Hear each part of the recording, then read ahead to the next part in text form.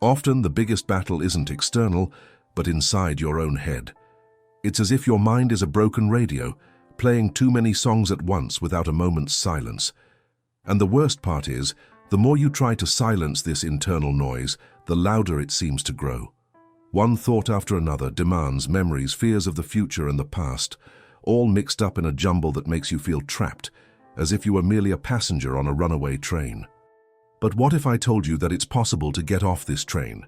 That it's possible to take control, not with force, but with clarity, intention, and daily practice. An agitated mind is like a wild horse, strong, fast, and full of energy, but without a clear direction, which can throw you off course at any moment. And what do most people do? Try to dominate that horse with force and fury, holding it all in.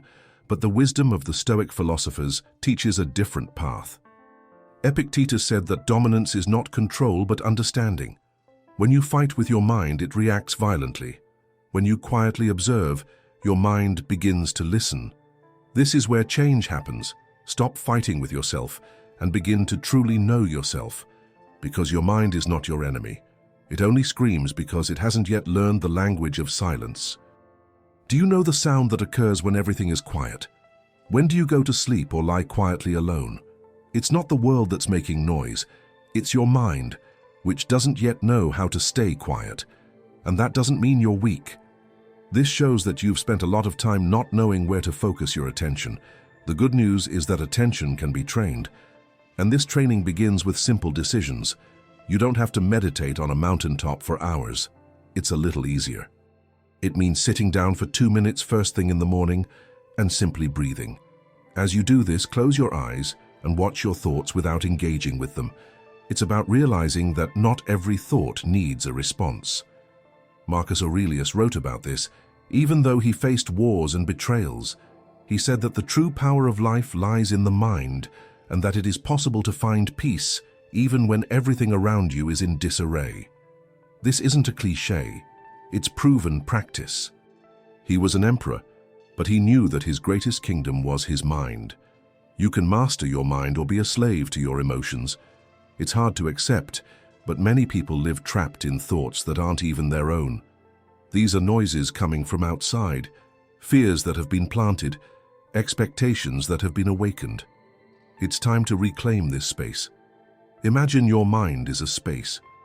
Now consider, what kind of things are you allowing in there? Yelling, criticism, comparisons, and most importantly, do you clean this space from time to time, or do you simply let the chaos grow? The mind needs nurturing, just like a garden. If you don't tend to it, weeds and clutter grow. But if you water it with attention, with moments of peace and quiet, it thrives. Silence isn't just the absence of noise, it's being fully present. In doing this, you listen to your breathing and feel that you are whole in this moment, without wanting to escape, without wanting to be anywhere else. So today, more than ever, make a commitment to yourself. Say out loud or write somewhere, I will focus on myself. Not as a promise at the beginning of the year, but as a decision from someone tired of living half-heartedly, from someone who understands that only those who live well live with purpose. And the greatest gift you can give yourself is this, the chance to stay true to yourself. Because as long as you're connected to your truth, nothing, absolutely nothing, can bring you down forever. You may even fall, but you'll rise differently. You'll rise stronger. The first step to quieting this noisy mind is to stop viewing it as an enemy. Look within with less judgment and more curiosity, because what you reject only grows. And every time you try to silence a feeling by force, it comes back stronger and more intense. This applies to fear, anger, and sadness. They are not monsters, but merely parts of you begging to be heard. The secret is not to smother, but to listen attentively and wisely. Imagine your mind is a restless child. You can shout, threaten, or sit and listen to what it wants to say. Just one of these attitudes builds trust, and this trust within you is the beginning of peace. The second step is to accept what you cannot control. I know this sounds like we've heard this many times, but stop and think. How many nights have you wasted guessing what will happen? How many times have you been stuck in a conversation that was already over? or had expectations that weren't even yours. Fear arises from this conflict between what is and what you want. The more you try to force things to your will, the more frustrated you become. Acceptance doesn't mean giving up. It means having the courage to recognize what is out of your control and to devote your energy to what truly matters. Your choices, your attitudes, the present moment. Marcus Aurelius said that the happiness of your life depends on the quality of your thoughts. And that makes perfect sense today. Because if you feed your mind fear, comparison, and guilt, it will give you back just that. But if you cultivate presence, attention, and clarity, it becomes your friend. But you can't plant good things in a field of dirt. So the third step is to clear your mind and do a mental cleansing. First, look at what you consume. Social media, conversations, music, news. All of this enters your head like food, and if you feed on bad things, it's pointless to expect your mind to become clear. Make conscious choices. And yes, it takes effort, but it's an effort that changes everything. Step 4. Consciously create moments of silence. The world is getting louder, and the more noise there is out there, the harder it is to hear your own voice. So, be still. Take 5 minutes a day to be at peace with yourself. No cell phone, no tasks, no rush. Just you, with yourself.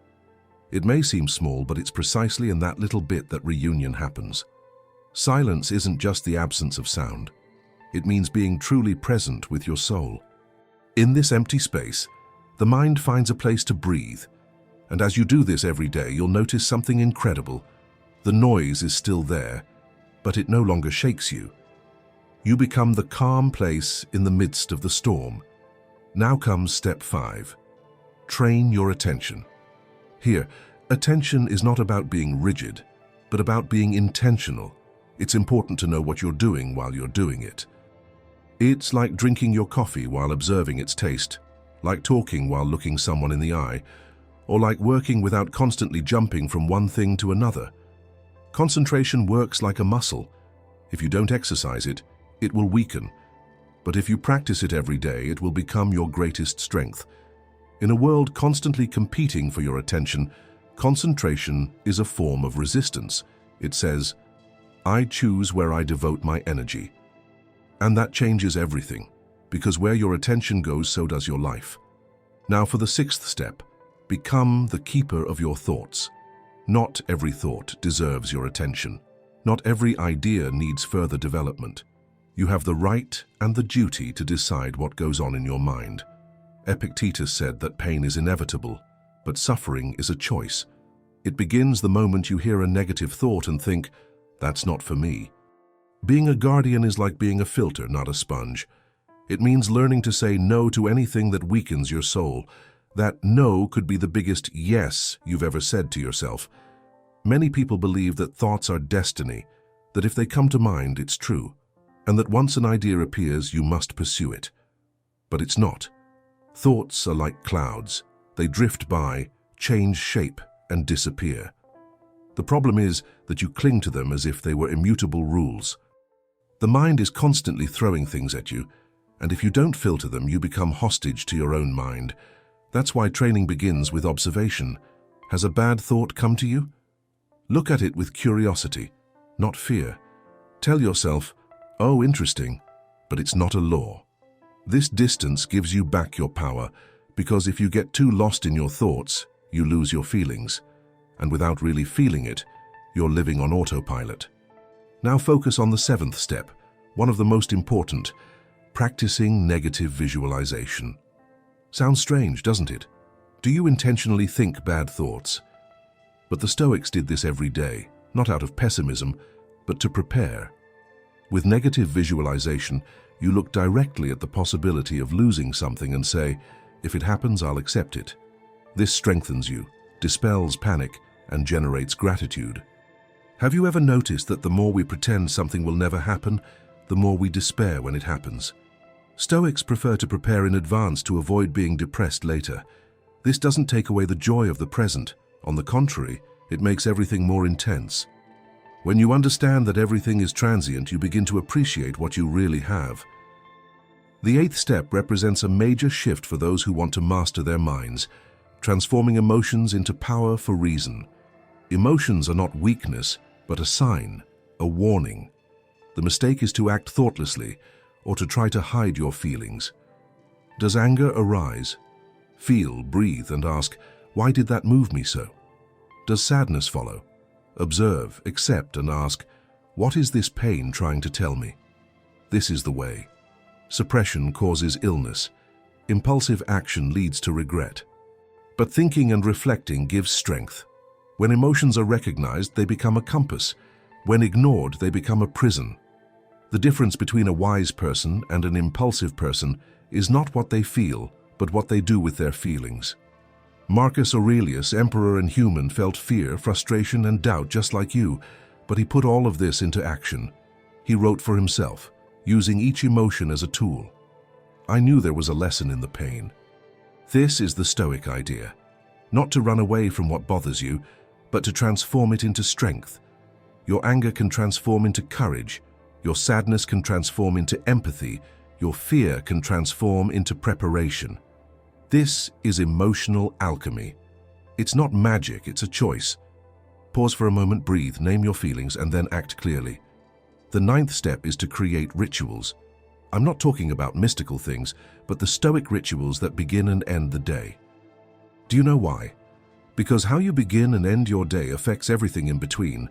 When you wake up and dive into your phone, the chaos and emails, your mind goes into survival mode. But when you wake up with intention, breathe, choose a virtue, and remain silent for a few minutes, you take control. And in the evening, before you go to sleep, spend the day honestly, write a sentence, be grateful for a small victory, and let go of what's left behind. It doesn't take long, but it changes everything. This frees you up by organizing your mind. Create a free space in your day where anything can happen, but nothing dominates you. The 10th step completes this cycle. Embrace the present. Ultimately, the now is the only moment your mind is truly alive. The past is just a memory. The future is imagination. But the now is what really exists. To be present is to be free, to be complete. It's about tasting the food, hearing laughter, and feeling the touch of the wind. When the mind tries to pull you back to the past or future, you can say, "Come back. This is where it all happens." This is simple, but so powerful that it changes lives. The mind that learns to stay in the present lives with more ease, more truth, and more peace. Have you ever noticed how many people are constantly on the run? Running from silence, from the present moment, from themselves. It's as if they're afraid to stop, to breathe, and to feel. What they don't see, however, is that by running from it, they're running from the only place where true peace exists. The present frightens us because it demands that we be whole, and wholeness reveals what was hidden. Yet it is in this very moment, in the now, that the power for change lies. Marcus Aurelius said the most important moment is the moment in front of you, not a second more or less. Because only in this moment can you act, choose, breathe, forgive, and be grateful. Living in the now is an act of courage. But courage isn't being unafraid. It's acting even when you're afraid. When fear arises before a troubled mind, you have two options: run away or face it. Stoicism chooses confrontation because running away only makes the problem worse. Confrontation with disarming. And you face it with clarity, calm, and purpose. There's no need to shout or rebel. Simply pause, breathe, and ask, what's going on inside me? We often think we're angry at someone, but in reality, we're sad because our expectations haven't been met. Sometimes we think we're afraid of the future, but we're stuck in the past that we haven't yet accepted. When we look more closely, the confusion begins to clear up. This is where an important point comes into play. Choosing a virtue for the day. It sounds simple, but it has a powerful impact. When you start your day by choosing a virtue to live by, patience, courage, gratitude, perseverance, you give your mind a command, and when the mind has direction, it no longer gets lost. Choosing a virtue is like putting on invisible armor. The day may be difficult, but inside you are protected. The Stoics did it that way. Marcus Aurelius didn't let the day control him. He decided how he wanted to spend the day. And that decision changes everything. Because instead of reacting to everything, you act according to the person you want to be. Now think about what you've been nurturing within yourself. The mind is also a body, and the body weakens without nourishment. But here the nourishment consists of attention, breathing, reading, and silence. This is training like soul training, a little bit every day. The more you practice, the better the mind responds. Less restlessness, less impulsiveness, more clarity, more consistency. The mind only becomes confused when it no longer has presence. Attend to them with real practices. Wake up with intention, breathe before you react, think before you sleep. These are the basics, but well-implemented basics become special over time, and when confusion returns, and it does, you will be different. You will recognize the signs, you will know how to act. You will remember, I've been through this before and I know the way. That's what changes everything. It's not about the world stopping testing you, but about you stopping falling into the same traps. The mind is no longer a battlefield, but a training ground. And in this training, you'll learn that peace doesn't mean having no problems. Peace is the quiet power that comes from knowing how to deal with them. Remember, you are not your thoughts. You decide what you do with them. And this awareness alone transports you to another place, a place where you act not impulsively, but with intention, where you don't drown in emotions, but learn to manage them, where silence ceases to be empty and becomes a refuge. This is the quiet mind taught by Stoicism, and it is already within you. It only comes down to one decision: to begin. There is a silent power within you that has not yet fully awakened. It doesn't scream, it doesn't impose itself, but it is there waiting to be called upon. This strength is revealed when you stop trying to dominate the mind by force and begin to understand the mind. True control comes not from fighting, but from listening. Marcus Aurelius said that the universe is in harmony with those who live in harmony with themselves. But how can you achieve this harmony when there is only noise inside you? The answer lies in simplicity. It is the small, regular practices that eliminate the superfluous and bring back what is essential. And what matters is breathing, feeling, observing without judgment. It may not seem like much, but it is what brings you back inside. Have you ever tried sitting for 2 minutes and doing nothing? No cell phone, no music, no talking, just you and your breathing? It seems simple, but most people can't do it because their minds are trained to run away from silence. It believes silence is uncomfortable, when in fact it is healing. Silence reveals what haste conceals. It's as if by pausing, you open an inner door that's been closed for years and find what truly matters: your presence. The problem is that we're used to distracting ourselves, rushing and filling the void with noise. But freedom lies in the opposite, in learning to be independent, to listen to ourselves, and to take care of ourselves. This is training, and all training starts off difficult, but it's worth it. Seneca said that the soul needs time alone to grow strong. This is truer than ever. The soul of those living today is too tired. There is so much stimuli that arrive incessantly. Notifications, news, comparison, urgency all come and go. All of this puts a strain on the psyche. That's why one of the greatest acts of love you can do for yourself is to disconnect for a few minutes and give your mind space to breathe. Because it is in silence that ideas arise. It is in pause that answers emerge. In silence you hear what is true for you. And that is priceless. But it's not enough to just understand it. You have to put it into action. So start with something simple. When you wake up, stay still for 2 minutes, just that. Then throughout the day, pause and breathe every time your thoughts race. Breathe deeply, consciously, and with the present. This helps your body align, calms your heart and brings your thoughts into order. At night, before you go to bed, write one sentence, just one, about what you learned that day. It could be a lesson, a mistake, or a thank you. This captures your attention and closes the day. It brings you back to yourself. And if you repeat this for days, weeks, or months, you will notice that your attitude changes. The anxiety decreases. The fear becomes more noticeable and less frightening. Thoughts no longer control you. Now the responsibility is yours. It doesn't have to be perfect, it just has to be consistent. Because in Stoicism, the point is not to reach an end point, but to move forward with discipline and affection. Every step counts. Every practice counts. You don't have to do everything at once, just as much as you do today. From your decision today, tomorrow will arise. And if you remember just one thing, it is this: the peace you seek is not somewhere else, not with someone else, and not in a perfect future.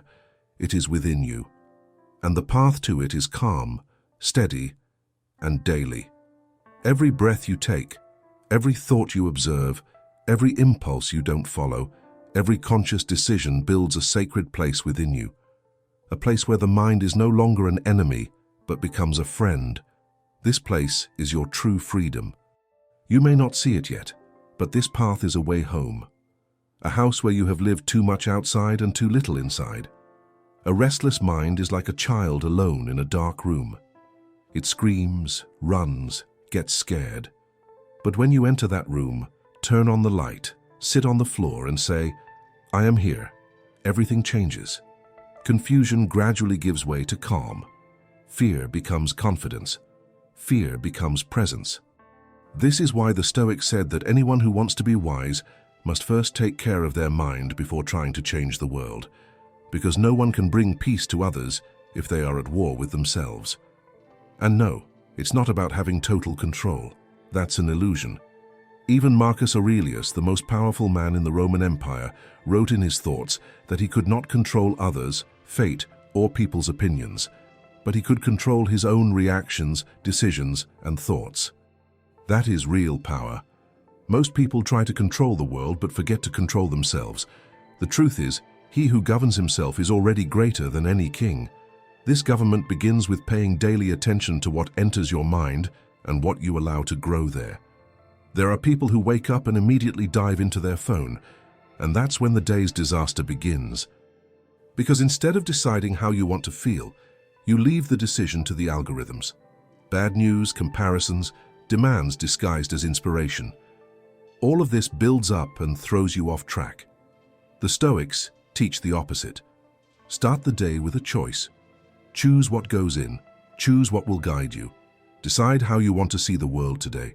Waking up with intention is like putting on armor before battle. And every day is a battle against fatigue, distraction, your own thoughts. Even if you have a slip-up, and they do happen, the most important thing is to get back up. Remember what's important. Take a breath and start again. Progress never slows down. It happens more consciously each time. Epictetus said that it is not what happens to you that bothers you, but how you understand what is happening. This has a tremendous impact because it changes the way you view difficulties. Instead of drama, you see a lesson. Instead of weight, you pay attention to chance. Instead of chaos, it's called training. It all depends on the filter you want to use, and that filter is your choice. The secret is not to find a magic formula for a calm mind, but to develop small habits that, when added together, make big changes. It's the stillness upon waking, conscious breathing, concentrating on one task at a time, the moment for reflection before going to bed, the pause before answering. All of this removes the superfluous and reveals the essential. It's like polishing a rough stone until the diamond emerges. And the diamond is you. Not a perfect you, but a whole, present, conscious you. Therefore, powerful. So if you still feel as if a storm is raging in your head today, that's okay. Don't give up on it. Don't run from it. Sit with it and look at it with affection and strength. Say quietly, "I am here. I will take care of you." It may seem too simple, but it is this gesture, repeated over and over again, that changes everything. Because a calm mind is not a gift from the gods, but a human construct. It is proof that despite the noise of the world, there is a place where silence reigns, and that place is within you. At some point you realize there is no point in controlling your mind by force. The mind does not obey shouts. It responds to example. It calms down when it sees that you are there, when you stop following the hustle and bustle and start walking purposefully. The secret is not to erase thoughts, but to not let them overwhelm you. You can catch a bad thought and not let it drag you down. You can be angry without letting anger determine your actions. You can feel fear and still carry on. That means having control over yourself. This grows emotionally. And this maturity doesn't just come with time, but also with practice. Every time you choose to act consciously, your mind learns that someone is in control. Epictetus said that no one is truly free unless they are master of themselves, and that freedom begins the moment you realize you don't have to react to everything. You can observe your thoughts like someone watching the clouds in the sky. They pass by, change shape, disappear, and you remain calm and simply observe. This isn't coldness, but presence. Being present brings clarity, and where there is clarity, there are choices. You don't have to believe everything you think. This is liberating. How many times have you felt bad about things that weren't even true, but that your mind quickly believed? Now you know you can stop, ask questions, and choose a different path. And this path begins within, not without. The agitated mind likes to blame the world. I'm like this because of this person, this job, this life. The truth is, however, that no one invades your mind without your permission. The chaos outside dominates only those who are already fragile within. Therefore, the focus must be on your inner world. This isn't selfishness, but responsibility. As you become stronger within, you become more useful, clear-headed, and just in the world. Stoicism doesn't want you to isolate yourself. It wants you to strengthen yourself so that when life challenges you, and it will, you know who you are and stand firm. And knowing who you are also means knowing your limits.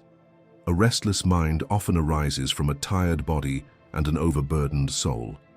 So there's no point in seeking peace only through reflection. You have to take care of everything. Sleep well, eat mindfully, breathe slowly, say no without guilt. Mind and body are interconnected. Sometimes what you call anxiety is simply accumulated fatigue.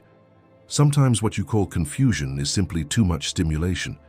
This understanding empowers you because it shows you are not weak, you just need to be careful. Start with the basics and make them a habit. Don't wait until you feel ready.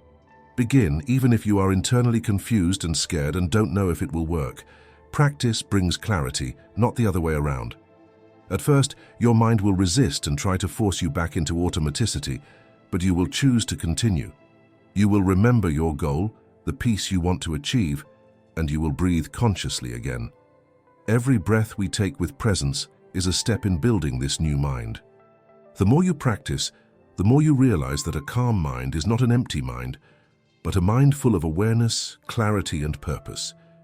It is a mind that thinks and feels, but does not allow itself to drown. A mind that sees deeply, but acts carelessly. A mind that respects itself and therefore demands respect from the world. This is a quiet power, and this power is already within you. Life will test you every day. It will be that rude comment, that unexpected piece of news, that delay you couldn't control. When the mind isn't prepared, it jumps from one thought to another, generating thousands of scenarios, responses, and reactions. But you don't have to become hostage to what happens. You can choose how you respond, and it is in that choice that true strength is revealed. Stoicism doesn't promise a life without problems, but rather a prepared soul, a spirit ready to face whatever comes with dignity. And that dignity begins with calm. Calm is your greatest weapon, for in the stillness of quiet you can listen better, act wisely, and respond decisively. You've surely noticed that it's not the one who speaks the loudest who controls the mind, but the one who listens best. Listen to your feelings, listen to your thoughts, listen to your needs. The agitated mind makes noise because it's been ignored for too long. It's learned that the only way to get attention is to shout. But when you start listening patiently and with presence, it learns it can be trusted. Then it calms down. It rests knowing someone is in charge. That someone is you. But you have to be present and take on the role of guide of your own mind. Marcus Aurelius wrote to himself every night, not to impress but to understand his soul. He knew that without this inner dialogue, he would lose himself in the power, fear, and pressure of the world. And you? Do you talk to your mind, or do you simply try to run away from it? Writing for yourself is a powerful tool. It's not about knowing what to say, but figuring out what's in the words. When you put your feelings on paper, you clarify what was confusing and transform the invisible into the visible. The visible can be nurtured, changed, and let go. And do you know what happens when you take care of your mind every day? People notice, not because you talk, but because you radiate a different energy. Presence, firmness, serenity. You become the person who remains steadfast even amidst chaos, who listens more than speaks, who observes before acting, who inspires effortlessly. This is the result of inner mastery. You don't have to prove anything, you simply have to be. And that being begins within you, not outside. So don't try to solve everything at once if you're having a rough day. Go back inside. Sit for a minute. Breathe. Close your eyes. Listen to what your mind is telling you. Ask, is this true? Does this make me stronger? Does this bring me closer to who I want to be? These questions are like flashlights in the darkness, guiding the way and separating what's important from the noise. Over time, you will trust this process because you will realize that the answer lies not outside of you, but within you. The mind has always been there, like a flowing river. If you try to hold it back, it overflows. If you ignore it, it takes you away. But if you learn to navigate calmly, patiently, and wisely, you will succeed. This is the great lesson of the Stoics. Don't fight your mind, but guide it with love, firmness, and attention. When you master the mind, you don't just find peace, you become peace. Peace is not a prize you win and then put on a shelf. It is something that must be nurtured every day, like a plant that needs sun, shade, and affection to grow. To do this, you must accept that the mind has its ups and downs. There are days when everything goes well, and others when everything seems to stand still. This doesn't mean you have to start all over again. It just shows that the mind, just like the body, has its own rhythm. The wisdom lies in respecting this rhythm without giving in to discouragement. The mind doesn't have to be perfect for you to control it. It just needs to be understood, and that happens when you listen to your inner voice every day.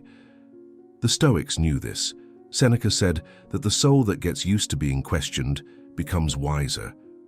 The more honestly you observe your emotions and impulses, the better you understand what's behind them. And when you understand that, you'll no longer be controlled by them. It's like a sailor who knows the winds and how to adjust the sails. He doesn't master the sea, but he knows how to navigate it. In your mind too, you'll experience good and bad moments, sad thoughts, difficult memories, and doubts that arise out of nowhere. But if you learn to respond correctly, you'll continue on your path with strength and dignity. And not everything always has to be rational. Many people believe that controlling the mind means preventing emotions from arising, but that's not the case. To dominate is to change. You feel anger, but it doesn't control you. You feel fear, but it doesn't paralyze you.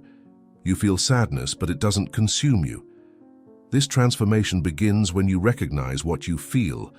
When you say, "I'm scared," you pull the fear out of the darkness and bring it into the light of awareness. What is seen can be accepted, nurtured, and resolved over time. How many times have you felt strange, confused, or tired and not known why?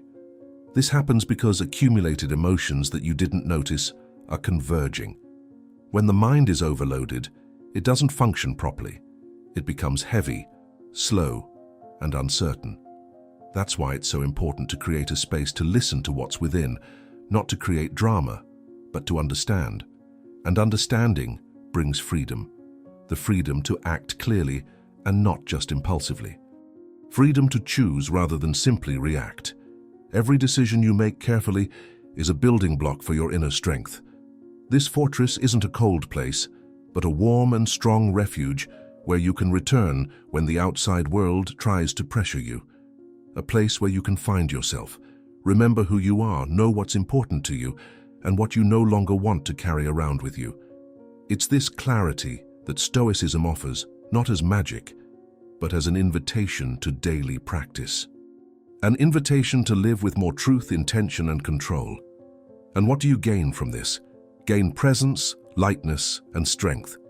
Not a power that commands others, but a quiet, firm power that calmly says, "I am here, I choose calmly, I act clearly." This is the difference between mere survival and truly living. Mastering the mind doesn't mean living without feelings, but rather feeling consciously. When you begin to quietly observe what you feel, something incredible happens. What used to drag you down passes you by. It's as if the pain loses its power to stop you. not because the pain is gone, but because you don't allow it to control you. This is a silent power. It doesn't stand out, it doesn't shout, it has nothing to prove. It's a force that keeps the body stable, even when the world is shaking. This is why the Stoics seemed unshakable. They also felt fear, grief, and anger, but they learned to cope with it all without losing their dignity. And what's very helpful on this path is the repetition of simple exercises. The mind needs routine, just as the body needs sleep. This routine doesn't consist of big things, but of small decisions, small rituals, and carefully chosen choices. Taking a deep breath before replying to a text, closing your eyes for a minute before making an important decision, writing down a difficult thought to get it out of your head. All of this creates inner layers that protect you. The pain will be there, but it will no longer destroy you because you have the strength to endure, the clarity to understand, and the calm to act. Marcus Aurelius reminded himself every day that the world would be difficult, that he would encounter ingratitude, envy, and rudeness. But instead of getting upset, he used the time to prepare himself. He told himself he would endure it all, but nothing would faze him. This is the attitude of the Stoics, not waiting for the world to become just in order to have peace, but choosing to ensure your own peace, even if the world is unjust. This is a choice you make every day. You can't control everything that happens around you, but you can choose how you deal with it. When your mind starts to drag you into a drama, and it will try to, you can pause, take a deep breath, and remind yourself, this is just a thought. It's not the truth. It's just a story the mind has created. This distance between you and your thoughts provides safety. This clarity provides freedom. The agitated mind creates scenes that often don't exist. It imagines a frightening future, awakens sad memories, and changes your perspective on what's happening now. But when you take responsibility, you begin to see things as they are without fear or worry. This is how you begin to live more sincerely. There is no peace without presence, and there is no being present without the desire to be. Therefore, controlling your mind begins with the decision to be here, fully now, without running away, without hiding who you are, without distractions, just yourself, your body, your breath, your center.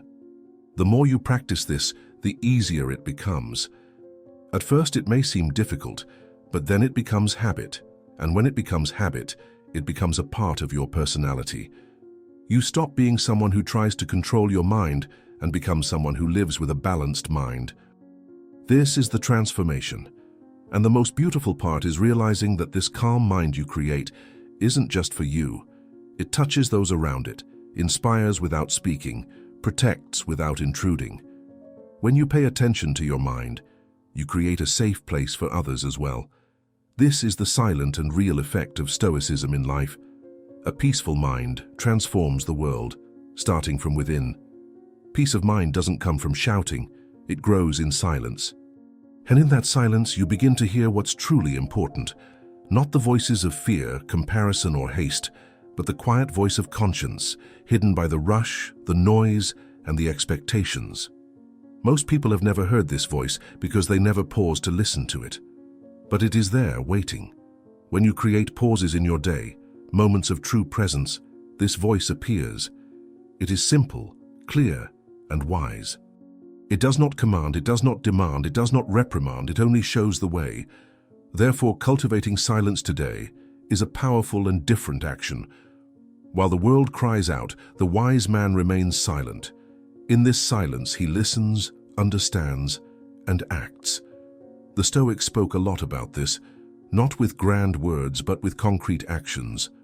Marco Aurelio, for example, began the day knowing he would face challenges. This did not make him sad, but prepared. Here's what silence does. It prepares you. It offers the one weapon that never fails, clarity. In silence, you don't run away from the problem. You learn to push through it with strength. You begin to notice things you didn't see before. You understand what you previously ignored. And when your perspective shifts, everything changes. What seemed confusing becomes meaning. What was anger becomes learning. What was fear becomes preparation. Now think about it. How many times have you made decisions you later regretted because you acted thoughtlessly? How many conversations have you ruined because you didn't take a deep breath before responding? How many days have you been tired without knowing why? This all happens because your mind didn't have time to be heard. It was smothered all day trying to warn you, but it was ignored. But it doesn't have to be that way. You can stop, mute, and listen. And listening to yourself is worth more than 1,000 pieces of outside advice, because no one knows you better than you. All that remains is to give yourself time to find yourself again. This reconnection is very important, and when it becomes routine, everything around you begins to calm down, because your mind influences everything. Your health, your relationships, your decisions, your way of seeing the world. A fast-paced mind sees problems where there are none. A calm mind sees solutions that no one else has noticed. The difference lies in what happens inside you, and that depends on what you practice. So choose your habits carefully, what you allow, the conversations you have, and where you focus your attention. This is all training, it's building, nothing is wasted. Every decision is a step that brings you closer to or away from the desired state of mind. And no, you don't have to wait until you're perfect to start. Now is the right time with what you have, just as you are. It's not about being perfect, but about following a direction. A calm mind doesn't come overnight. It grows from small choices made every day. One more breath, one less judgment, one conscious step amidst the hustle and bustle. And when you least expect it, you'll find that what used to keep you off balance no longer rocks you. What once consumed you now just passes through you. That is true freedom. Have you ever noticed that much suffering comes from trying to control things that were never yours? The troubled mind results from this useless effort. We try to control the future, our thoughts, other people's reactions, what they think, how the day will end. The more you try, the more tired you become. This is because this control is only an illusion. Stoicism teaches that you can't control what happens, but you can choose how you respond to what's happening. This simple shift changes everything. Instead of trying to change the world, begin strengthening your center. And when your center is strong, the world can turn and you remain steadfast. Epictetus said the secret of peace lies in separating what depends on you from what doesn't, and living accordingly. But that takes courage. Courage to let go of what is out of your control. Courage to accept what is. Courage to trust yourself even when everything seems uncertain. This courage doesn't come from shouting, but from clarity. We can only let go of what isn't ours. Only when we trust our own center do we relinquish control. And this confidence comes from practice. It comes from quiet days, from mornings when you breathe deeply before acting, from nights when you let the day pass with gratitude. All of this forms the necessary foundation for a life without getting lost. And a life without being lost doesn't mean living without pain, but rather living with direction, even when pain is present. The pain doesn't disappear just because we learn to breathe, but it no longer controls us. Now we know it's possible to feel without giving up, to suffer without drowning. This is already enormous progress. The agitated mind wants to solve everything immediately. It doesn't understand time or the importance of pauses. Therefore, patience is the greatest gift you can give yourself. The patience to observe yourself, to listen to yourself, and to grow at your own pace. That's maturity, and maturity is the foundation for mastering the mind. A peaceful mind emerges when we accept time as our friend, when we stop running and start walking slowly, understanding that every step has its moment, and that consistency is more valuable than haste. The modern world tries to rush you, but the wise know that those who run too fast end up stumbling, while those who walk cautiously truly make progress. So, slow down, breathe, choose wisely, and remember that every day is a new opportunity to begin anew, to practice a little more, and to strengthen another inner pillar. That's true progress, invisible from the outside, but firmly anchored within. When you feel calmer, more present, and more mindful, know that it's not luck, but the result of what you've built, what you've chosen, and the strength you've trained when no one was watching. The mind can't be changed by fine words, but by a firm attitude. You don't have to show this to anyone. True transformation doesn't shout. It shows in your posture, in the way you speak, listen, and respond. Those who pay attention will notice something else, a peace that doesn't depend on what's happening around them, a strength that doesn't seek applause. As this strength grows in silence, you understand that there is no turning back from this path. For when you experience the lightness of a peaceful mind, you can no longer accept living at war with yourself. You may even fall, but you won't return to the old point because you know a different way of living, more fully, calmly, and more truly. One of the greatest proofs that you have mastered your mind is the realization that you no longer have to react to everything. The urgent desire to explain, answer, or prove something begins to disappear, for when the mind is still, you understand that not every comment needs a response, not every criticism deserves attention, not every provocation deserves a reaction. This is not weakness, but strength. The strength of those who have learned to pick their battles, who have understood that it is a waste to expend energy on things that build nothing. And this decision stems not from arrogance, but from the clarity of a person who knows what they are building within and does not want to lose themselves in what only weakens them. Stoicism teaches, the wise man speaks little, observes much, and acts with intention. This applies to everything, from thoughts to conversations. A trained mind is not characterized by speaking beautifully, but by thinking clearly, acting decisively and listening attentively. This clarity arises only in silence, in the space between one thought and another, between an impulse and a decision. That's why breaks throughout the day are not a luxury but a necessity, because in breaks the mind breathes. And when you breathe, you think better, decide better, and live better. Do you know that moment when everything gets crowded, your anxiety rises, your heart races, and you feel like you're about to explode? This is the perfect time to apply what you've trained. There, in the midst of chaos, the practice proves itself real. Pause, breathe, step back for a moment, and ask, what depends on me here? If the answer is nothing, let go. If it is something, act calmly. The question is an anchor. It prevents you from being swept away by the tide of emotions and gives you back control. Each time you do this, the mind learns. You are no longer lost at sea, you are at the helm of your boat. This feeling of inner control, even when everything around you seems chaotic, is one of the greatest achievements you can have. While it doesn't bring a diploma or certificate, it transforms your life because it allows you to live with ease, freedom, and truth. You leave survival mode and enter awareness mode. Conscious living is a privilege truly known only to those who have mastered the mind. Then you'll stop being a victim of what's happening and become the author of your own story. But remember, this process is cyclical. There will be days when your thoughts race again, times when old habits try to catch up with you again, and that's okay. Don't blame yourself or demand perfection. The mind doesn't need to be constantly controlled. You just need to tend to it every day. Caring for your mind is like tending to a garden. You pull out the bad weeds, water the good ones, and come back the next day to do it all over again. It's not about putting an end to the chaos once and for all, but about preventing it from overtaking the space.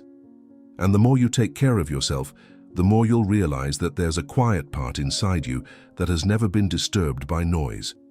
A deep, still and solid part. This is the part where you begin to live. The deeper you delve into this journey, the more you change internally. And when this change occurs, the world around you begins to look different. Because when you change your inner self, you change what you attract, what you accept, and what you build in life. Have you ever noticed how many bad decisions we make when we act in a hurry? When we feel the urge to do everything quickly, to solve things immediately, to react without thinking, and to make decisions as if everything would be over if we paused for a moment. But when you learn to calm your mind and step out of this frenzy, you realize that almost nothing needs to be solved immediately. The agitated mind tries to convince you that everything is urgent, but the wise person takes a deep breath before acting. They know that it is often best not to move, but to observe, wait, and understand. Marco Aurelio said that time is a very powerful filter. What seems urgent today may be completely unimportant tomorrow. So before you rush into things, ask yourself, do I really need to take action right now? Or am I just mentally trying to escape the discomfort?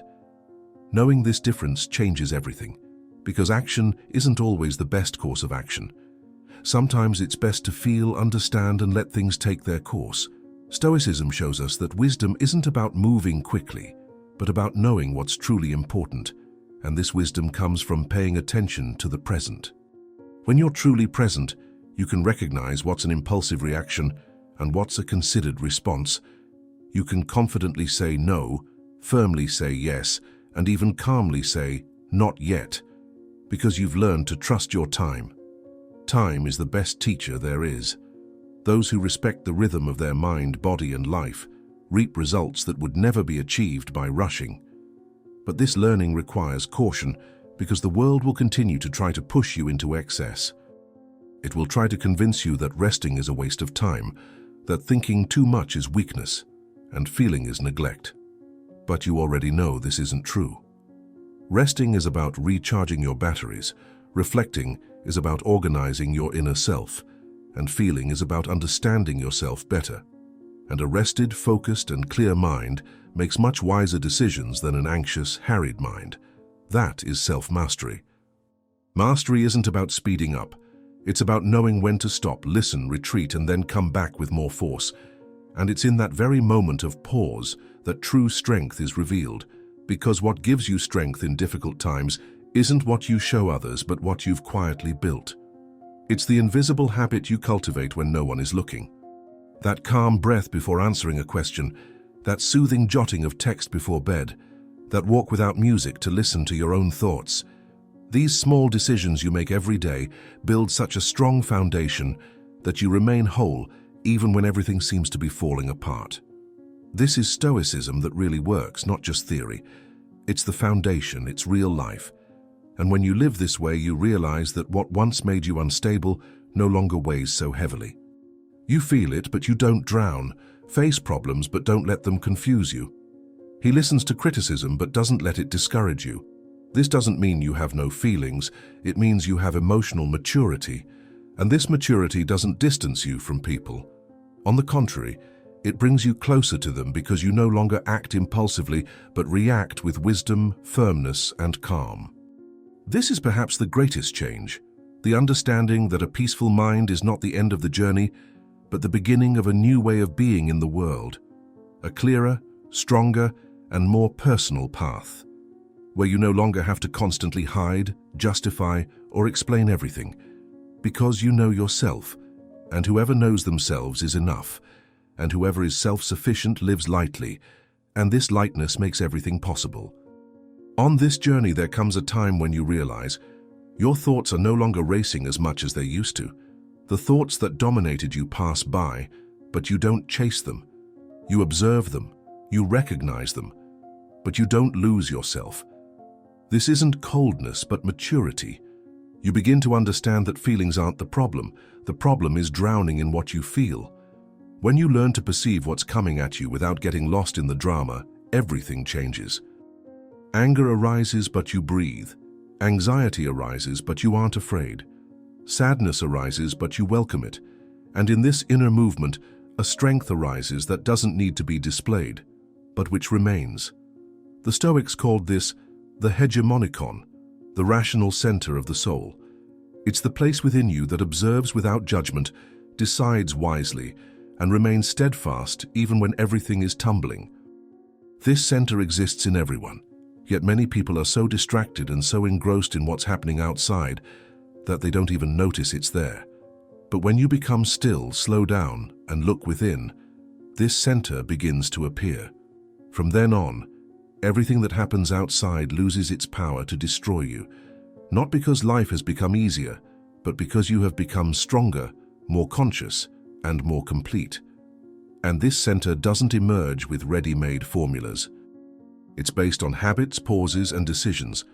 It's when you wake up and decide to start your day mindfully, when you pause for a moment before a difficult conversation, when you observe a thought and say, "That's not me."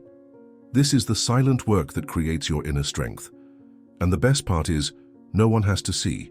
Only you know what you're doing, and only you feel the fruits growing within you. This is how true transformation happens. When you choose to be strong even without applause, when you strengthen yourself even without encouragement, when you choose to keep going even on the hard days, because they will come, it is this strength that gives you power. While the world screams, you breathe. Though everything tells you to run, you choose to wait.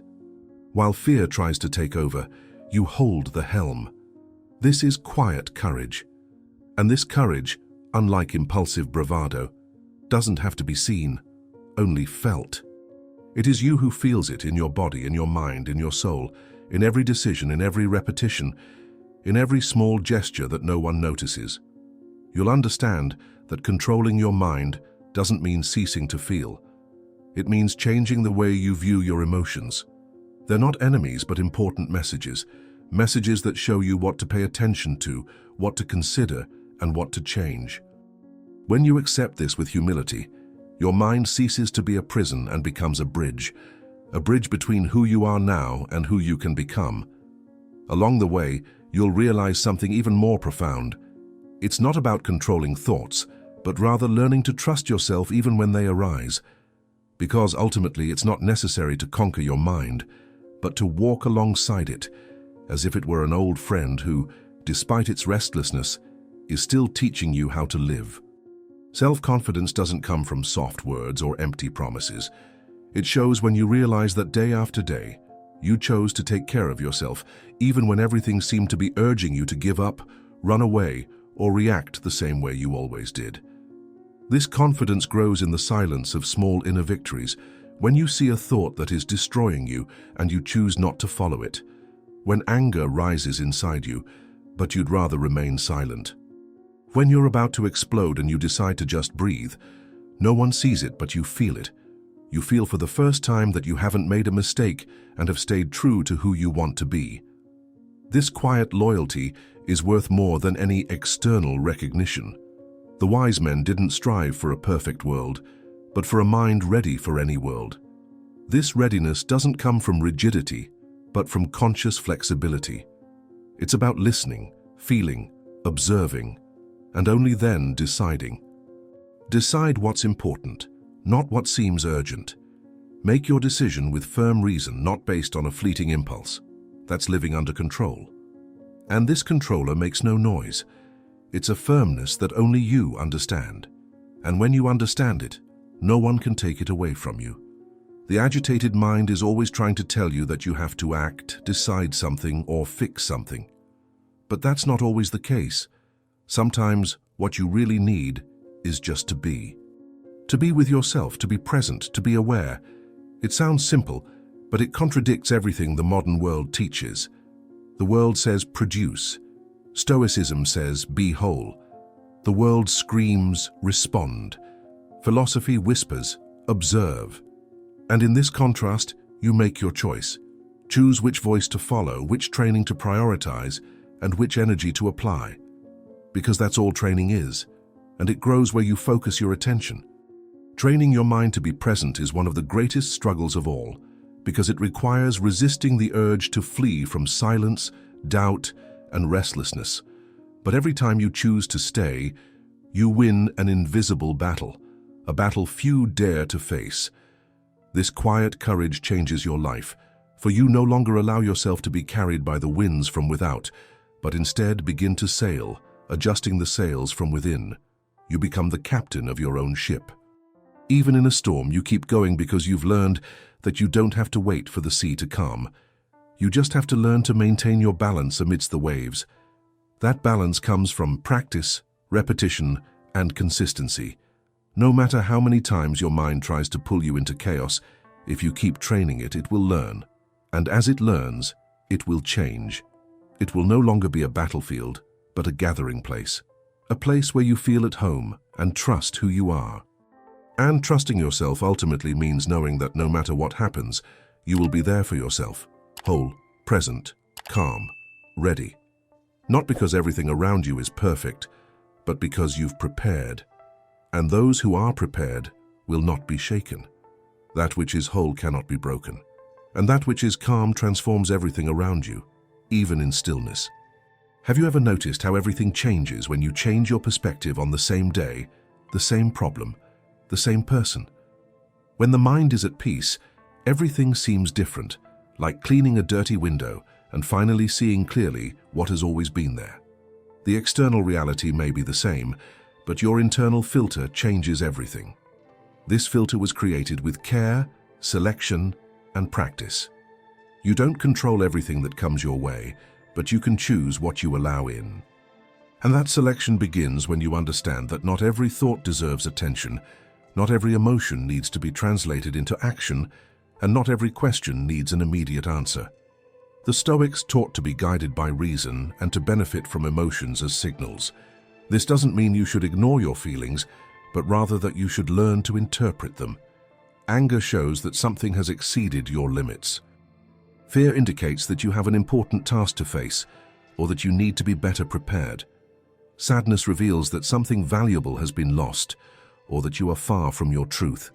When you listen to this without judgment and without despair, you transform pain into something you learn. And properly applied learning becomes wisdom. A calm mind is not one that doesn't feel, but one that understands before acting. And that's a lesson you learn throughout life. But living consciously requires energy and presence. Today's world constantly demands your attention. Notifications, demands, opinions, comparisons, everything screams through your head. Therefore, protecting your attention has become a matter of survival. Your peace begins where distraction ends. To do this, you must make clear choices. Say no to empty content, toxic conversations, and stimuli that make you restless, and say yes to breaks, deep reading, quiet walks, to everything that connects you to reality. Because the real doesn't scream. The real persists, even in silence. Marcus Aurelius said that it's not what happens that gets in the way, but the opinion you form about it. This sentence is crucial because it shows that the way you interpret shapes your world. If you perceive everything as a threat, you live on alert. If you perceive everything as an insult, you live on the defensive. But if you view everything as a learning experience, you begin to grow with each situation. It doesn't change what happened, but it changes you in light of what happened.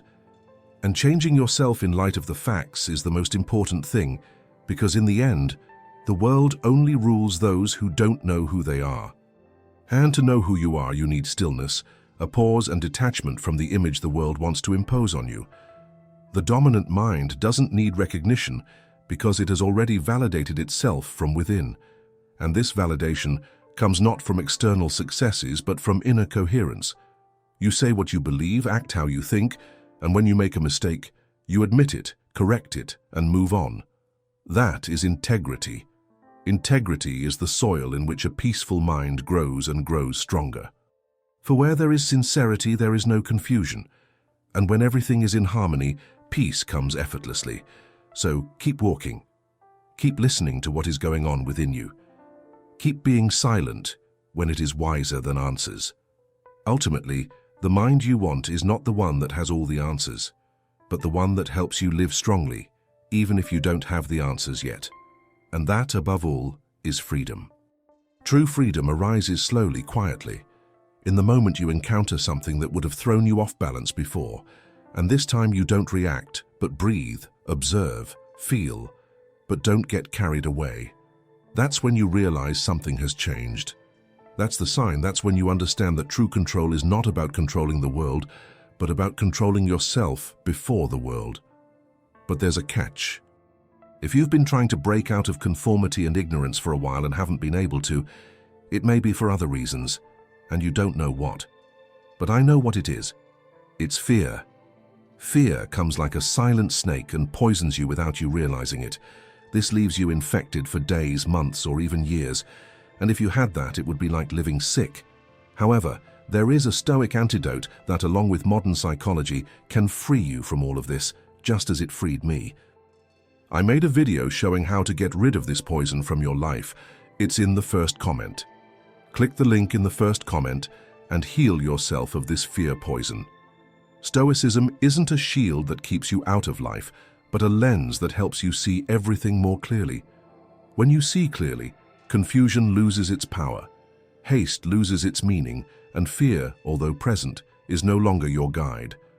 The mind only finds peace when it understands that it doesn't have to control everything. This is what the Stoics call active acceptance.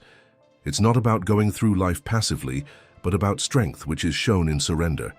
It's about looking at what doesn't depend on you and saying, I will no longer fight it. But it's also about looking at what does depend on you and deciding, this is where I will put my energy. This balance between acceptance and action creates a strong mind. Not a hard and rigid mind, but a mind that flows purposefully, that adapts without getting lost, that changes without disappearing. This is rare, but possible. To do this, you need to practice what Marcus Aurelius called the return to the center. Throughout the day, your mind will try to pull you away several times, pulling you into worries, fears, and distractions. The practice is to notice this distance and return. Return to your breath, return to the present, return to what really matters. This feedback is what separates those who live on autopilot from those who live with purpose. And every time you return, it's a victory because it shows your mind that you are now in charge. Not the impulses, not the noises, not the old habits.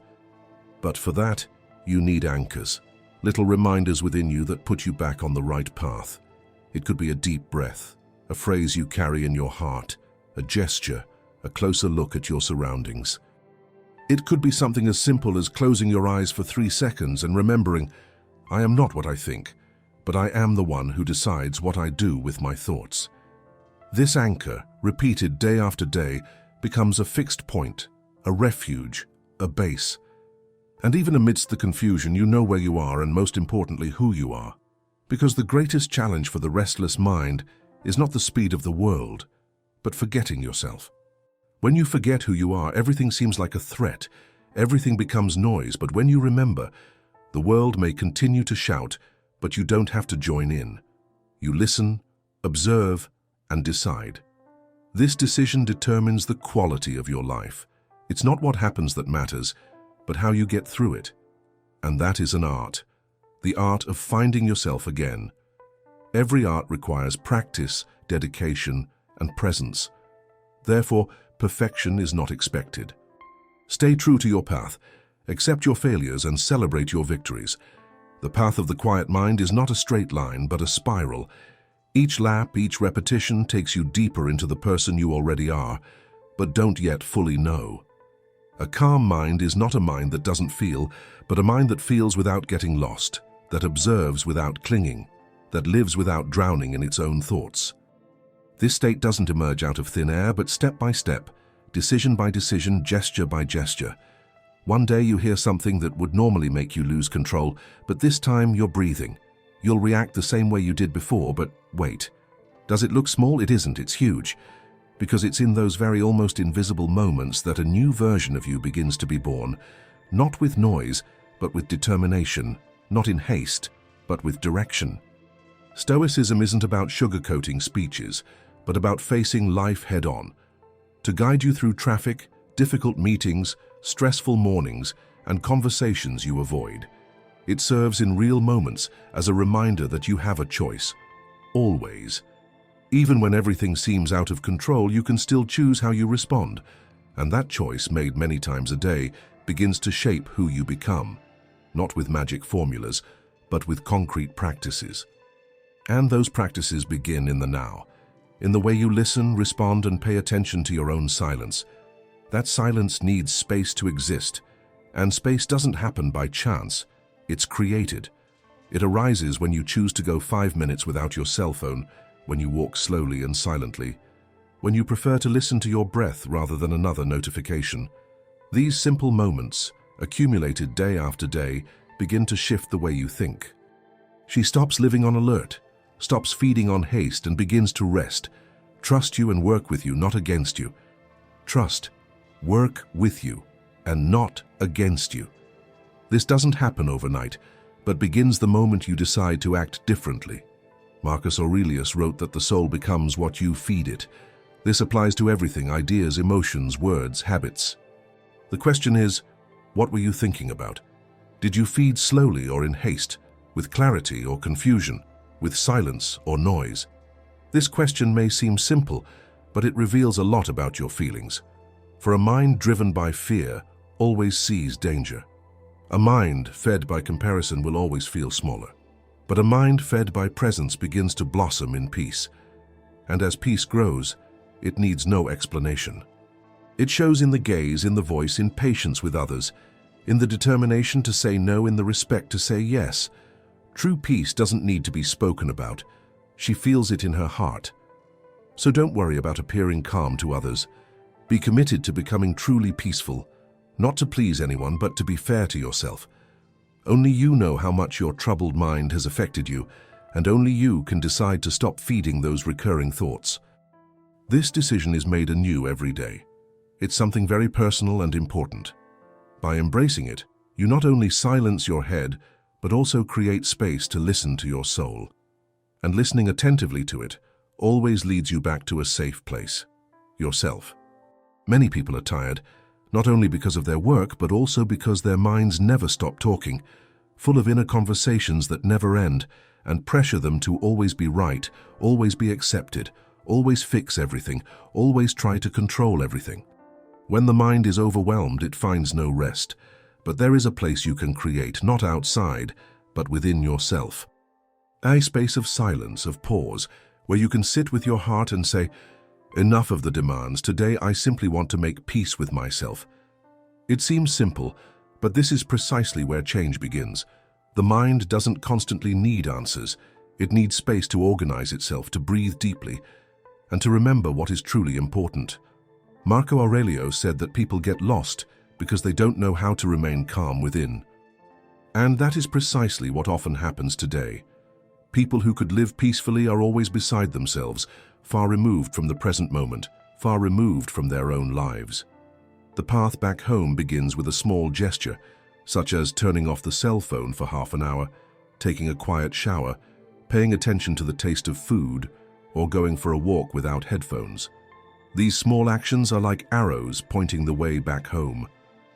Stoicism teaches that true control begins in the mind, but that you can't treat the mind as an enemy in order to control it. You have to care for it as if it were a restless child, crying because it feels forgotten, moving because it's afraid. And that child doesn't need punishment, but firm affection, a look that says, "I see you, I'm here." This care begins when you stop running away. When you choose to sit with your thoughts, simply observing without rushing, without judging, without trying to understand everything immediately, simply being there. Because sometimes the mind simply wants a place to exist without being charged, pushed, or silenced.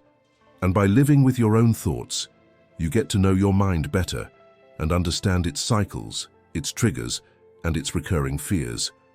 Instead of reacting to everything, over time you begin to talk about your feelings. That's truly knowing yourself. And it doesn't have to be easy or pretty. Sometimes it's uncomfortable, yes. Sometimes you come across truths you've long avoided. But it's these truths that are liberating.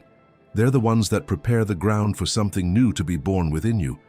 From this stillness grows something very valuable, a presence that doesn't depend on praise, a strength that doesn't need to be seen, a steadfastness that isn't swayed by the opinions of others. This isn't pride, but maturity.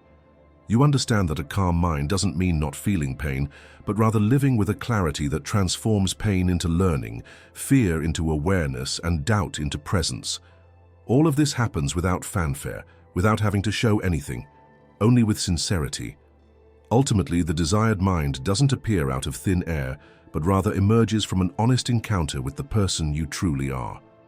This silent, profound encounter could be the bravest step of your life. You realize that you are in control of your mind when it ceases to be a struggle and becomes a place of listening. It's not that bad thoughts disappear, but they lose power. It's not that you never feel fear or anger, but you learn to speak to those feelings. It's as if you get up from the back seat and take the wheel of your life. The road is still winding, but now you're holding the steering wheel tightly. This is the freedom the Stoics talk about, the strength to keep going, even when the world wants to pull you down. This freedom begins when you stop running away from yourself. Running away seems easier at first, running away from the silence, from the doubts, from the pain. But running away comes at a high price. It avoids confrontation, but it doesn't prevent fatigue. The mind you don't attend to will scream, will strain, will suffer.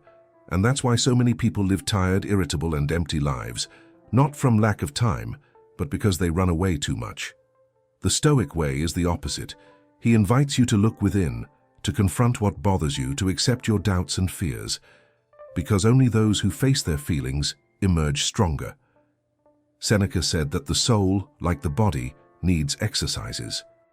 These exercises are simple but require courage: to remain in silence for a few minutes, to observe a thought, to decide to act differently, to calmly say no, and to accept what you feel.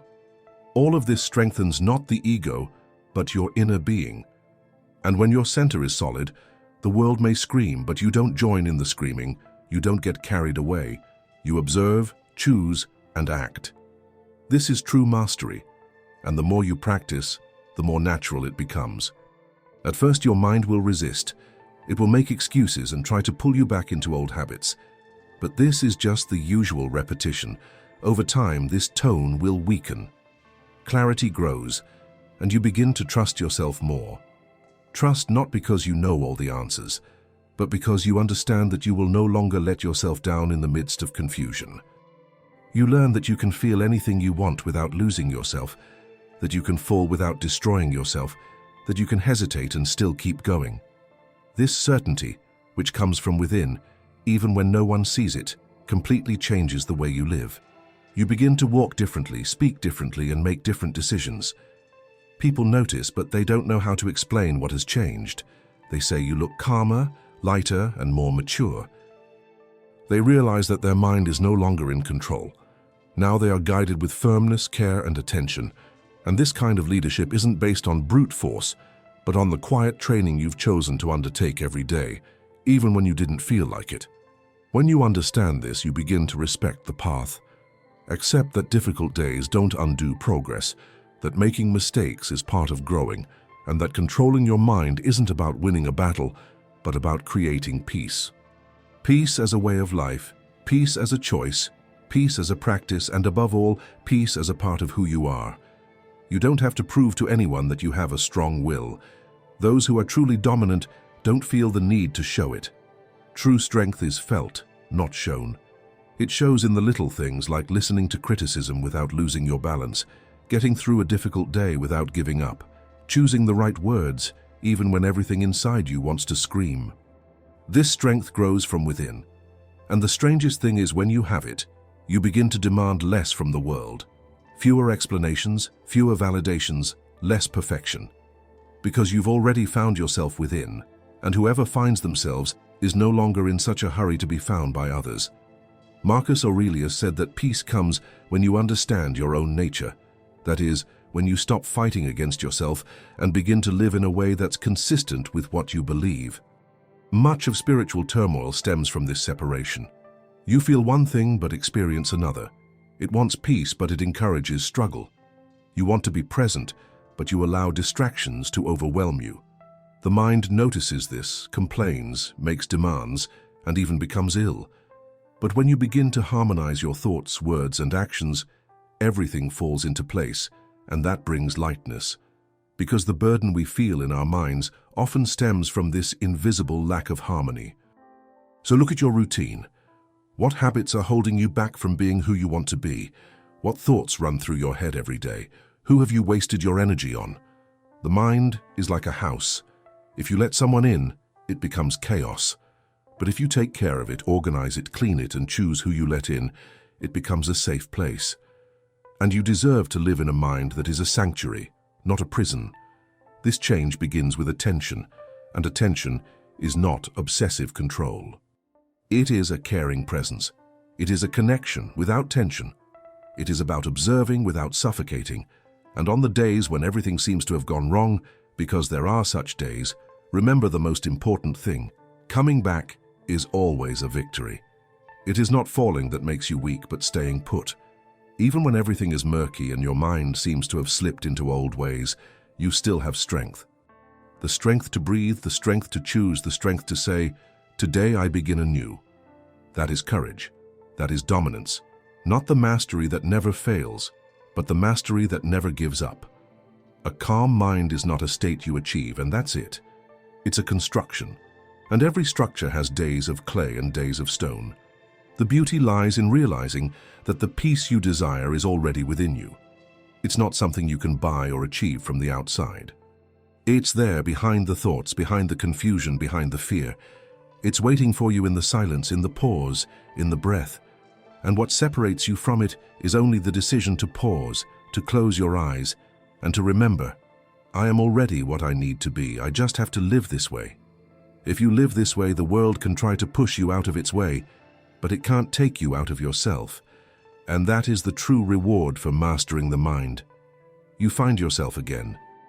And in that encounter, fear loses its power, haste loses its importance, and noise loses its volume.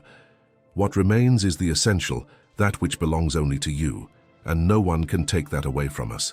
A calm mind isn't empty. It's occupied with what's truly important.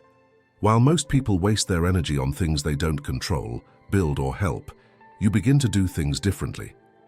Choose carefully what you focus your attention on, because you've realized that attention is your most valuable asset. With it, you feed your thoughts, make decisions, and create habits. And what you feed grows. This is one of the simplest and most forgotten laws of life. What you focus on grows. When you focus on what's missing, the missing part grows. When you focus on fear, fear increases. But when you focus on presence, clarity, and truth, that's exactly what begins to blossom within you. Epictetus said that it's not what happens that matters, but how you respond to what happens. This phrase may be repetitive, but it holds the key to freedom. Because when you truly understand this, you stop waiting for the world to change so you can find peace. You change internally, and peace comes before any external change. You change the way you see, understand, and react, and that changes everything. Reality may remain the same, but the way you live in it changes completely. This change doesn't come about through brute force, but through the firm resolve you make 1,000 times a day not to give in to the old confusion. You wake up, and instead of filling yourself with old confusion, you pause and breathe. Before you face a difficult conversation, speak up. When a negative thought arises, don't fight it. Simply observe it and let it pass. That's practice. That's control. The best part is that no one has to notice. No one has to know. This is your silent work, your inner training, your decision to be a calmer, firmer, and more conscious person. Not to prove anything to anyone, but to live better. And those who live better, without even meaning to, begin to make the world around them breathe. People will notice and say you've changed, that you're calmer, more attentive, and more centered, but they won't be able to explain why. Because the transformation happened from within, and what changes inside also changes everything on the outside. No noise, no rush, no pressure, just attention, consistency, and sincerity. This is what separates those who claim to live at peace from those who actually build it. The difference lies in the everyday, in the silence between thoughts, in which you repeatedly decide, today I will not react as before, today I will breathe, today I will listen to myself. This decision, which you repeat every day, leads you back to yourself. Every time you see each other again, something inside you grows stronger. You begin to trust more and believe that you can do it, that it is possible. Even when you fall, you keep going. And the mere fact of trying is already an act of courage, because in this world full of distractions, just trying is a sign of strength. And courage becomes power when it has clarity. The power to be whole, even on difficult days. The power to live with less noise and more meaning. The power to master what truly matters. Your mind. You don't have to be perfect to be stable. A calm mind doesn't demand perfection. It demands attention. Attention is knowing how to return when you've lost your way. It's about humbly admitting when you've made a mistake, without making a big deal when things get out of control. Because contrary to what they taught, falling isn't the end. The end is giving up on getting up. And you've already proven to yourself that you can get up. How many times has your mind tried to sabotage you, but you still chose to breathe? How many times has fear wanted to take over, and you kept going despite a heavy heart? That is true strength. The strength of those who build, not those who hide. the strength of those who feel everything but don't give up. Stoicism doesn't say to stop emotions, but to channel them. Use pain as energy, fear as a warning, anger as a signal. Everything that arises within you has a message, and if you stop and listen quietly, that message will show you where it hurts, where you need to take care of yourself, where it's time for a change. But that listening takes courage, because listening to yourself means facing what's behind the distraction. It means calling out what you pretended you didn't feel. It means looking at your confusion and saying, "I am here, I'm not going to run away." It doesn't all happen at once, but it does happen, and each time you do, you become more complete. The more complete you are, the less room there is for noise. Not because the problems have disappeared, but because your attention has grown. Most people try to silence their minds, but the mind doesn't need to be silenced. You have to listen attentively. When you listen attentively and without judgment, the mind begins to trust, calm down, and cooperate, because it recognizes that there is someone in charge who doesn't judge, doesn't hurt, doesn't ignore, but who welcomes, guides, and supports. That someone is you. A controlled mind is not a cold mind. It is a lively mind, full of feelings but with purpose, full of ideas but with a filter, full of doubt but with faith. Faith is not mindless believing, but clear trust. Trust that you know where you stand, even if you don't know everything. That even on dark days you know there is light wherever you are going. That doesn't make you better than others, but available, ready to live honestly, listen attentively, and act consistently. And that changes everything. You begin to attract deeper friendships, sincere conversations, and clearer paths, because everything around you reflects what is inside you. Within you is space, structure, and stillness. Not a superficial stillness, but a constructed stillness, born of the weariness of running away, of the pain of repeating the same mistakes, and of the courage to begin again. And this stillness, which we maintain day after day, becomes wisdom. The wisdom of those who don't live on autopilot, of those who wake up, choose, breathe, feel, fall, and rise, with each step finding more truth. This is the life of those who control the mind, a life without haste but with purpose, without absolute certainties, but with awareness in every decision, a life that can be yours if you pursue it. Controlling the mind is like tending a garden. There's no point in planting today and hoping for flowers tomorrow. You must prepare the land, water it, remove what's useless, and be patient. Sometimes no growth occurs.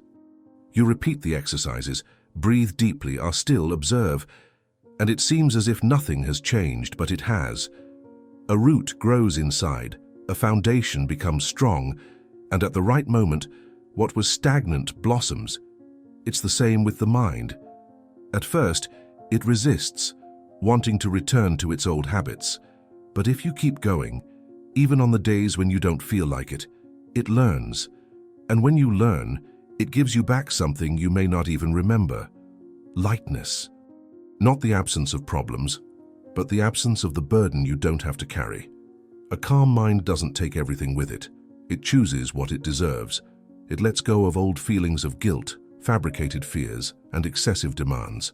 This creates space. You realize that you don't have to answer everything immediately, that you don't have to give your opinion on everything, and that you don't have to understand everything right away. Learn to remain silent when silence is wiser. Learn to speak only about what is essential. Learn to say no with presence and without guilt. And without realizing it, you will begin to live more truthfully. Marco Aurelio wrote every day to remind himself of what's truly important. He was an emperor, but he knew that without mind control, you can't control anything. You don't have to be an emperor to have that attitude. You just have to remind yourself every day what you want to build inside. Building from within means choosing one thought each morning that strengthens you, one will that aligns you, one action that brings you closer to your true self. This is practice. It is a decision. It is a path. And every time you say to yourself, "Today I will act calmly," even when the world wants to rush you, you are living Stoic philosophy in its purest form, in everyday life. The more you do this, the more you realize that many things that once seemed urgent are in fact just noise. Life goes on, But now you have filters. You think you're making a clearer decision. By doing this, you don't distance yourself from people. On the contrary, you get closer to what really matters. And that connection changes everything, how you work, love, and live your daily life. There is now a strong center within you, and from this place your life begins to flow. This transformation doesn't have to be big or loud. It may be silent and invisible on the outside, but on the inside it is powerful. You understand that you don't have to change the whole world, just yourself. And the rest will take care of itself, because the way you feel, see, and act changes everything around you. This is the true power of mastery of mind, a discreet but profound force that transforms your life without forcing you to do anything. Simply stay grounded, present, and open to the moment. Ultimately, it's not about being in total control. It's about always being attentive, about being whole even when things are moving. It's about taking a deep breath, looking within, and remembering, I am the space where everything happens, but nothing controls me. When you stop fighting your mind, you really begin to lead it. If you try too hard to silence your mind, it gets even louder. But when you sit quietly and patiently with it, something changes. The mind, like all living things, is only quieted when it is respected. And that respect begins with listening, with pausing, with truly paying attention. Stoicism has never been about silencing everything, but about listening so clearly to what's going on inside that the noise loses its power. This is why the ancients talk so much about knowing themselves. When you know yourself, you respect yourself, and when you respect yourself, you learn to lead with ease, not with force, but with direction. In this way, the mind ceases to be an enemy and becomes a friend. You stop fighting with your thoughts and begin to talk to them. When anger arises, ask, what do you want to show me? When fear arises, think, what do I need to prepare? This gentle curiosity helps reduce chaos, because the problem isn't feeling. The problem is thinking that feeling is wrong, a weakness or a mistake. It isn't. Feeling is human. Running away from your feelings throws you off balance. To get back to center, you have to look firmly within yourself and say, it's okay, I can get through this. Seneca said that a wise person is not someone who never feels pain, but someone who doesn't become a slave to pain. And that's exactly what you learn. To feel without giving up, to act even when you feel something, to breathe with a tight chest, to calmly do what you must do even when everything inside you wants to run away. This is true strength, a silent strength that no one sees but which gives you strength. It sustains your presence in the company of others, your clarity in your decisions, and your peace when everything seems to be falling apart. This strength doesn't come from outside. It is born from within. It grows each time you say no to what weakens you and yes to what strengthens you. Each time you choose the difficult path that sets you free rather than the easy path that binds. Each time you accept the discomfort of change rather than enjoy the relief that comes from staying in your life. And this strength grows slowly, sometimes silently, sometimes with pain, but always with truth. This truth begins to guide your life. It's no longer about appearances or what others expect, but only about what truly matters to you. And that is enough. You no longer have to try to please everyone or fit into small spaces. You have learned to create space within yourself. And those who have this freedom move lightly through the world, speak less, listen more, and observe attentively. Because now you know that the answers you were looking for outside can be found here within you, just waiting for silence to arrive and for the courage to live. This courage, together with silence, practice, and presence, will transform your mind into a more inviting, stronger, and clearer place. A place where you can live with dignity, even on difficult days. A place where you find yourself when all seems lost. This place belongs entirely to you. When the mind finds this safe place, even the silence changes. It is no longer empty and becomes a sanctuary. In this silence, you begin to sense something that cannot be explained, but only felt, your essence. What you are when no one is watching. What remains when all masks fall away. When you live this essence, life transforms from a battlefield into a meaningful journey. Difficulties still exist, of course, but they do not define you. They teach, they strengthen. You stop reacting mindlessly and begin to respond consciously. The Stoics always said that the world outside may be unpredictable, but you can steadfastly attend to the world within. And that's exactly what you do. You create a space within yourself where there is no rush, where anxiety doesn't decide, and where fear doesn't command. This space doesn't have to be big, just real, just yours. A place where you listen to your breathing and remember, I am here, I am complete, and that is enough. Because what the mind needs most of the time, is not an answer, but permission to exist without having to justify itself. You begin to see life more clearly and recognize what you have accepted only out of habit and not as truth. It begins to move away from the noise that has only increased its agitation.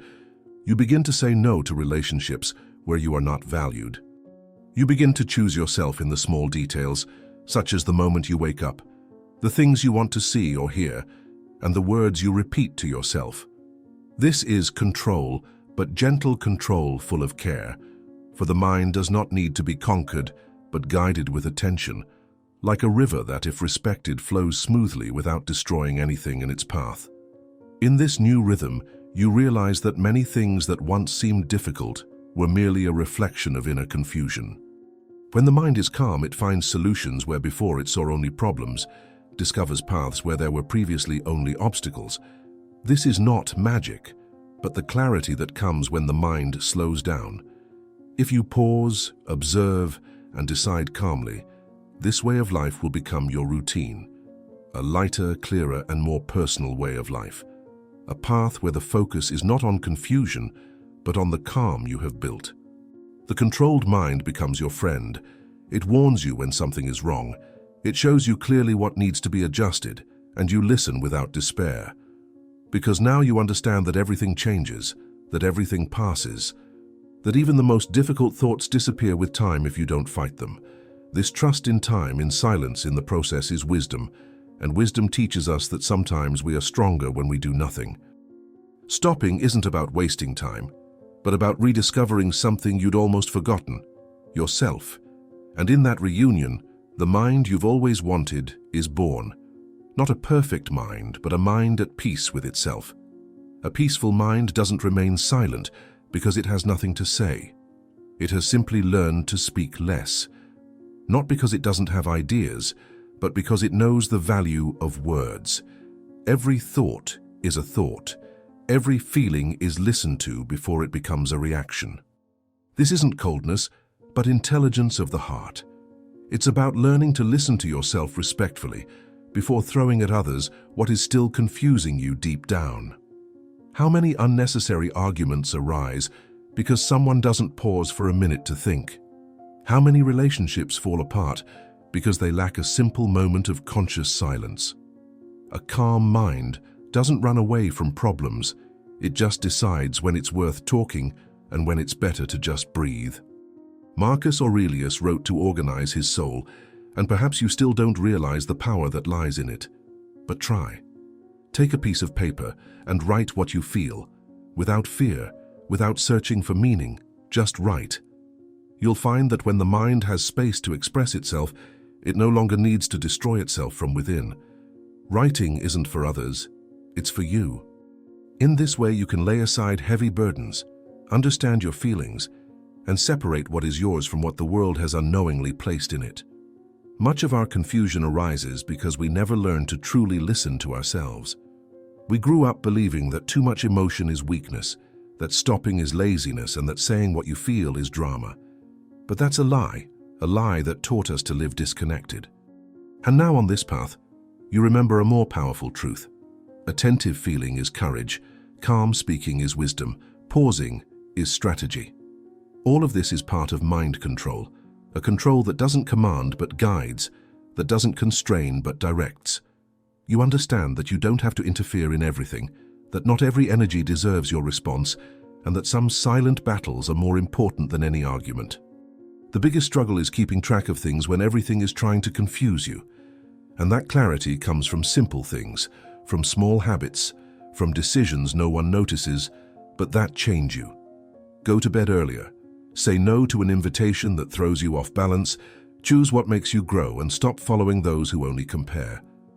All of this is training for the mind. You're telling yourself, I deserve to live in peace. And make no mistake, peace doesn't mean stagnation, but continuous purposeful movement. It means waking up every day with a goal, even if it's small or inconspicuous. A goal that reminds you of who you want to be and what kind of world you want to create around you. Because the world out there reflects what's going on in your mind. When your mind follows firm principles, a philosophy you live by, everything changes. You stop reacting and begin to take the lead. Leading yourself is the greatest freedom. The mind you are building is not a destination, but a journey. And with every conscious step, you come closer to a life with less haste, less noise, and more meaning. Perhaps the greatest gift of this control is not the peace of mind, but the freedom to no longer get lost in your own thoughts. Before, every criticism depressed you, every change threw you off track, and every silence made you feel alone. But not anymore. Now you see everything with different eyes, with trained eyes that accept what you feel but don't let the waves take the helm. You've learned that you can feel without acting impulsively, that you can listen without carrying everything around with you, that you can be in the midst of noise and still remain calm inside.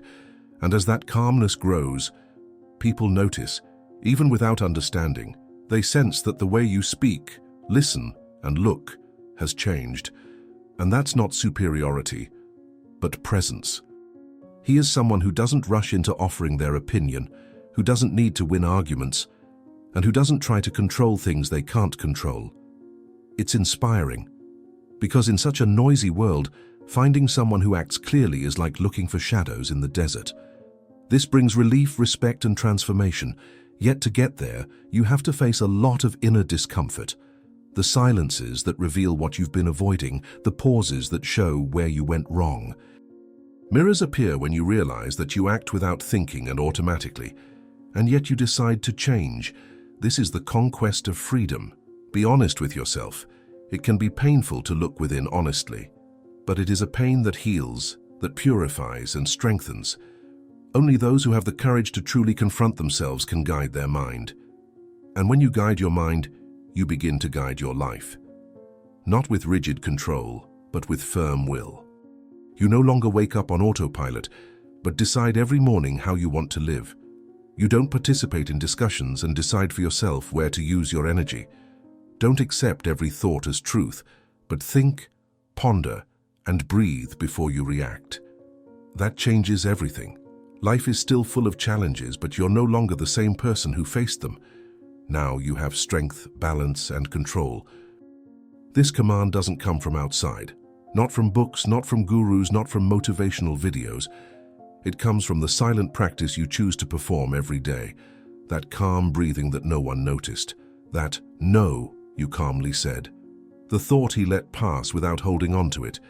Each of these gestures has built what you now feel. Firmness, awareness, control, not over everything, but over yourself. And that's enough to change your world, because ultimately it's not how much you talk about calm that matters, but how much you've become someone who takes that calm with you everywhere. The controlled mind becomes your home and your gift to the world. It all begins with a simple decision: to keep going. You didn't end up here by chance. Every word you've heard, every reflection you've had, every pause you've respected was a seed. Seeds of clarity, strength, and direction.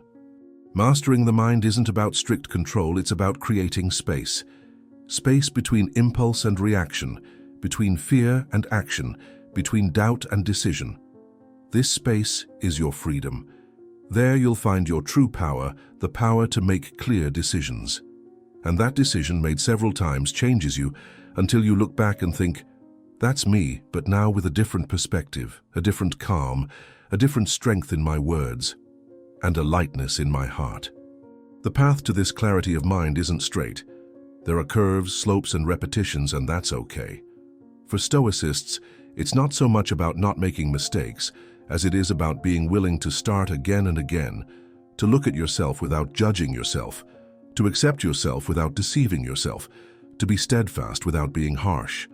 Balance is delicate, but when it appears, everything changes.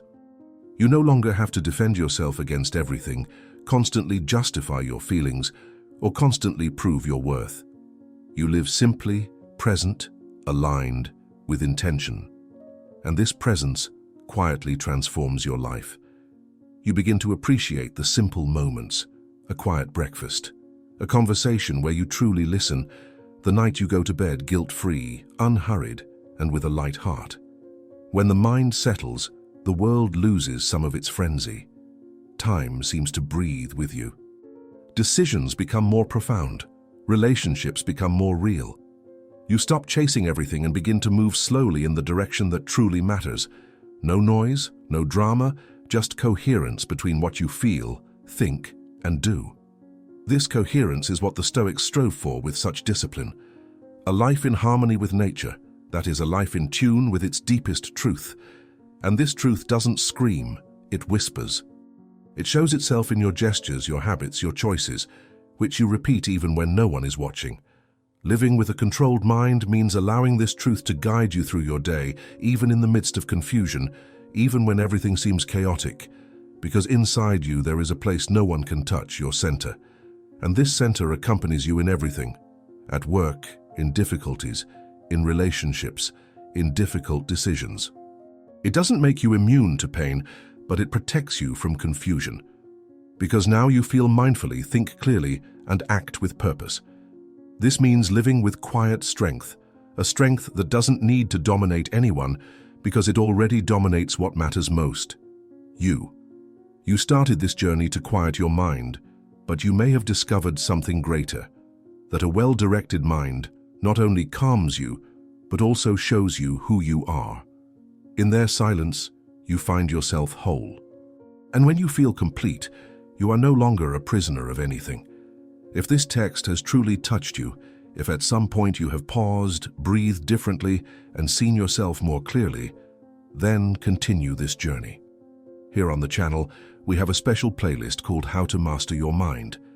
There you will find more videos that delve deeper into this path of inner strength, emotional clarity, and true presence. Observe, reflect, and practice. Mastering your mind is a daily practice, and you don't have to do it alone. See you there.